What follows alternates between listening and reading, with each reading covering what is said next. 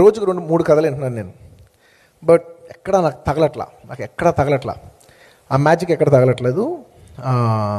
నాకు అప్పుడు యాక్టర్ తరుణ్ గారు మంచి ఫ్రెండ్, ఆయన ఫోన్ చేసి ఇలాగా దిల్ రాజు గారు నాకు సినిమా వేస్తున్నారు, దిల్ సినిమా వేస్తున్నారు, నేను చూస్తానికి వెళ్తాను, నువ్వు వస్తావు అంటే తప్పకుండా వస్తాను తరుణ్, నేను ఆల్రెడీ 2 times చూసా, నాకు చాలా నచ్చిన సినిమా, నేను వస్తానని చెప్పి ప్రసాద్ ల్యాబ్కి వెళ్ళా.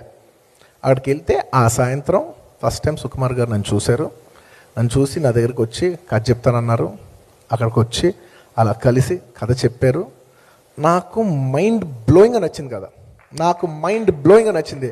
అంటే ఆ టైంలో మనకి ఇన్ఫ్లుయెన్సెస్ ఎలా ఉంటాయంటే, అప్పుడు నేను అంతకుముందు థియేటర్లో ఈడియట్ సినిమా చూసా. చిన్నప్పుడు లోపల నాకు ఒక కోరిక ఉందన్నమాట, ఇలాంటి యూత్ సినిమా మనకి ఎప్పటికైనా పడద్దా, ఇలాంటి పడితే ఎలా ఉంటుంది, అసలు థియేటర్ ఎలా ఉంటుంది అని ఒక లోపల కోరిక ఉండేది, ఒక విష్ ఉండేది. ఆ టైంలో నాకు వచ్చి సుకుమార్ గారు కథ చెప్తుంటే ఆ కథకి ఇది కథ సంబంధం లేదు, కానీ ఎస్ దిస్ ఇస్ మై